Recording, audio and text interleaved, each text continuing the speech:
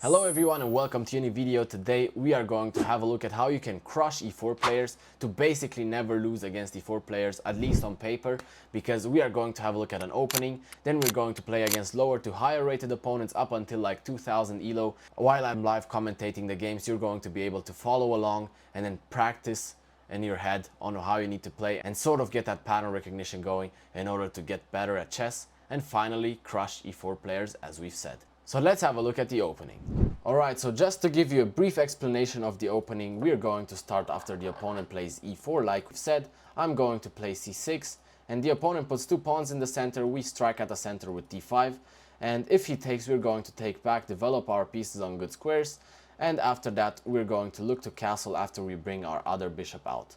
This is just to show you a real quick example. We are going to have a few moves right here. And for example, after something like this, the opponent castles, we castle, we bring the knight out, or you can bring the knight before out as well. And this is just a brief opening that gets you into the Caro-Kann. Another move for them is also to push, to which you develop the bishop. Remember this, if they play h4, you always play h5. Otherwise, if you continue with the development of the other bishop, they're just going to trap in your bishop, and you can see you literally have no square to go to, because you then have to sacrifice and you lose the game, so you do not want to do that. As I said, if they play h4, you always play h5. They're going to look for a trade, then you play e6, you're going to bring out the other bishop, you're going to try to develop your knight like this, develop your other knight either on d7 or on b6, and you should be good to go. Now another move, after they develop the knight, you're going to take back, and after they take, you're going to go like this. You're going to develop the bishop, you're going to castle, and it's going to look something like this, where you're just going to castle on the next move, and you should be completely fine. You're going to develop your bishop slowly but surely. Your opponent can even play something like h3 to not allow your development, but you're going to be completely fine after a few moves like this. You can just develop your knight even on this square, but you can also just continue with the development like this, place your knight, and just play normally from there on. Another move that they may play is this two knights variation, to which you're just going to do the exact same thing we have discussed before. Takes, the opponent is going to put the pawn in the center, most likely. You develop your bishop, you're going to castle your king, you're going to put your bishop on the diagonal, and from here you're going to have a good position, but more to that we're going to see in the game. So let's get to the gameplay, not waste any time, because that's the most educational part. Alright, a 1900 rated opponent from Turkey. For our first game we have a pretty high rated opponent, but we're just going to play the Caro-Kann. He plays the exchange, and as you can see, he's playing very fast. Do not get intimidated by opponents who play very fast. They're going to slow down, and they're only playing the opening fast. You don't have to really worry about it. I wouldn't understand why you would be worried that your opponent is playing too fast. Just let him play as he wants, and that is completely fine. So we're just going to play on this diagonal right here, and we might have a few trade ideas of maybe a knight sacrifice later down the line, but let's just trade the bishops because we now have an active queen right here. And oh, a check is brutal. It's brutal, and he resigned. Okay, so you see, do not get intimidated by playing against opponents that play very fast.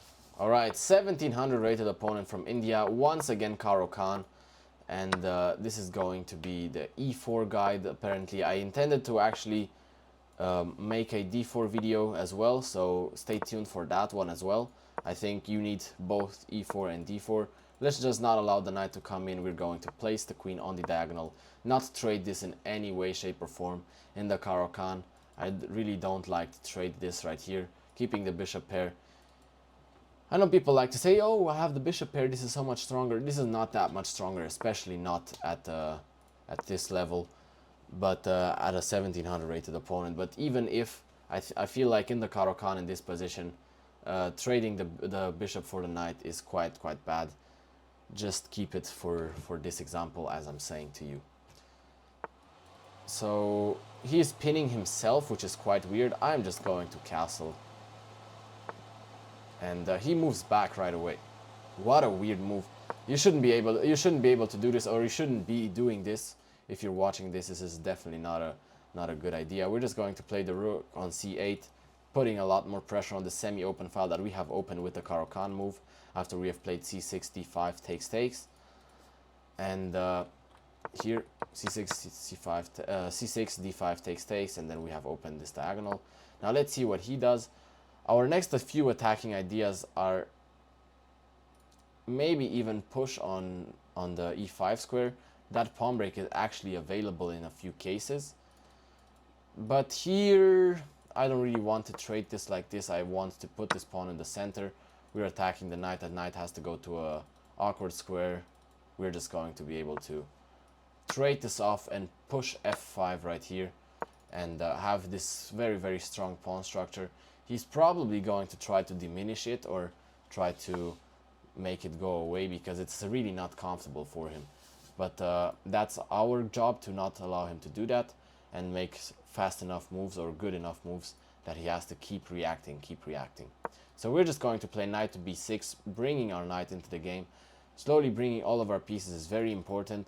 The bishop is quite passive there. I don't see a specific idea for the bishop, to be honest. So if we take, he's just gonna go here, so we do not want to do that at any cost. Or maybe we do. Let's open it up. I changed my mind. And he's going here. He has a few attacking ideas. Let's just bring the rook over here. Our attention has shifted from the c file onto the e file. Why? Because now we have a pawn break idea we are able to push in the future, and this open file is not as strong anymore or as important as it's being cut off anyways. So here, a pawn break with a trade. We have gathered the open file like this, and then we can slowly bring our knight into the game as well. He's likely going to look for a trade. We have to be careful not to fall for this skewer as well. But what I'm going to do is I'm probably just gonna go here, not fall for the skewer, and then if he attacks us or if he wants to trade, then we can consider things further. Now he wants to trade, I want to keep the open file, so we're just going to double the rooks, keep the open file, keep everything protected at all times. That is also a very important principle that you should be following strictly. You should never leave anything unprotected. But our opponent is doing a great job here at defending the position. We're just going to target a few things. You see, our pieces are well coordinated, our queen is well placed, and now we're just going to create an escape square for the king. If he wants to kick us out, he's likely going to receive the backlash. And now we also centralize the queen on another square that also keeps everything protected still, which is very, very important. And maybe a knight reroute on this square right here, an outpost square, is actually the right idea. We now have a few maneuvers that allow us to create a few threats. We could push the pawn, but this is not really coming at any threat. And I think we much rather bring the king, as a queen trade might be happening soon, and in an endgame you want to have the king very, very active. Now, what are a few other ideas? He wants to trade over there. I think we go for takes, and then we go for the endgame like this. We pin him, takes, and we're going to, since we have a slightly more active king, we are maybe able to take advantage of that, and based on the fact that he's also low on time, we're just going to bring the knight back, threatening this trade. Now I'm gonna go up, targeting this pawn, and he's just not in time for that pawn to be defended. We're just gonna go here. Alright, 1950 rated opponent from Serbia. We're just going to play the Caro-Kann once again. As this is such a good opening, I recommend to play it, for you to play it too. And here we see the fantasy variation, a very interesting variation. We're just going to take that because I don't think that is a good variation for him to play. So we're just going to pin right here, pin to win. This is the usual. We're just going to castle as soon as possible. This is the goal in the fantasy variation. But here he has given us a pawn. Like I said, castle on the next move. Takes. We're just gonna go here now. I feel like we shouldn't castle right away because the g file has been opened now, and it's quite dangerous to castle directly into that. So let's now give a check. His bishop has to come back, And then we could witness an interesting trade. Now, do I find anything better?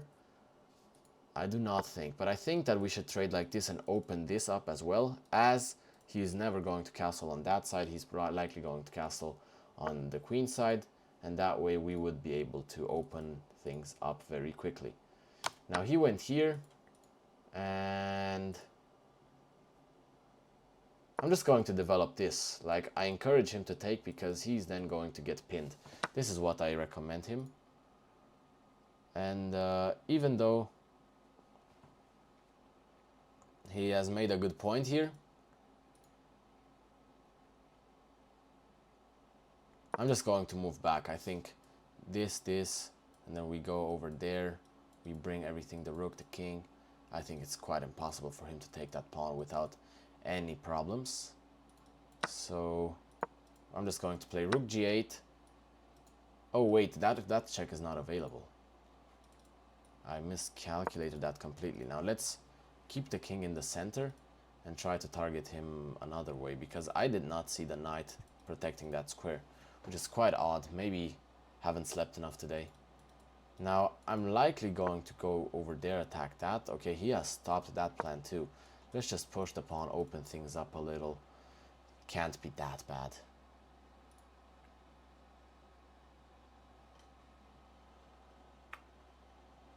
Maybe after that go over here, because we have a few plans that we can continue to play over here. So like push or take, whatever. We're just gonna go. Which one is better? I don't think it makes that big of a difference. Let's just go here. As I said, it's quite difficult for him to defend this whole position, because we have opened the king. The king's safety is the most important aspect. He has so many pawns, but you see a pawn island, double pawns, then we see these pawns are interconnected, but we also have another pawn island that is actually a passed pawn, but we're not going to give him the time to actually promote that pawn, and it's not going to help him at all, which is why we are simply going to be able to then bring all of our pieces in and create so much trouble that he's going to resign. He's also taking quite a long time to think. He has found this move to protect, which is not a bad move at all, don't get me wrong, but we're just going to bring the knight and keep finding counterplay. That is the most important part. Keep finding things that we can threaten, so that maybe a knight sack, maybe pushing the pawn, making him choose which square he goes to.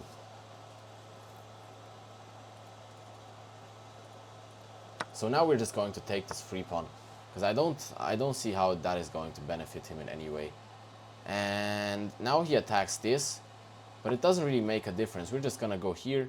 We also have a few other checks in mind. The queen is under attack, and this is quite interesting. Like, where are you going?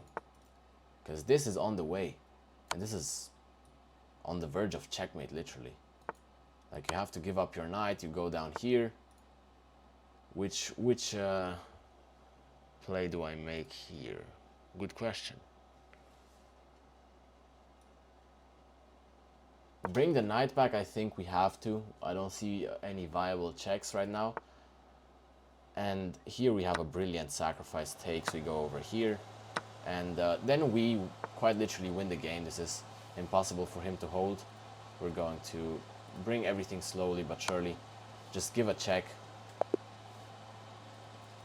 I suspect that he resigns. Yeah, he did. Okay, we're gonna go next. For our last game, we're playing a lower rated opponent, 1500, but we're going to see maybe he's able to hold up to his name and maybe even play better than the other ones. You never know. Yeah, taking with a pawn is never a good idea right here, but he manages to sort of make up for it. It doesn't really matter. We're just going to pressure this right here quite a lot, which is going to not be very comfortable for him, to be honest. We're just gonna go here. We're setting a lot of pressure, but he's also castling longside, which is a very, very interesting idea. I'm just going to play this move right here, h6, not allowing anything to come to that square. As we know, that would be quite annoying. And we're going to bring this knight back. Rook to c8 is next, or even taking like this, I don't really mind. So I'm gonna place the queen over here, G6 is also a move, but first rook to C8, and we will now try to go for the attack. This falls into the check, so we do not want to do that right away. I'm just going to protect this right here, and maybe even jump the knight back in, put it at in a little bit more of an active square, and also keep everything protected like this to not have any inconveniences that we do not want. So takes, what is the idea? Because now we have a check, a discover check on the queen, and I don't really see what my opponent tried to do. That was defended anyways, and he's going to give it up like this. The game is over. Okay, so those were a few crazy games. Now we have hit the end of our guide. If you have any questions, let me know in the comments below. I really hope this guide has helped you get a grasp of how you need to play against e4 players, especially by using the Caro-Kann defense. I think now you know how you need to attack on the king side, how you need to attack on the queen side. And if you follow all the principles that I have shown you in this video, I think you're well suited to go out there and destroy e4 players without any problem. See you next time.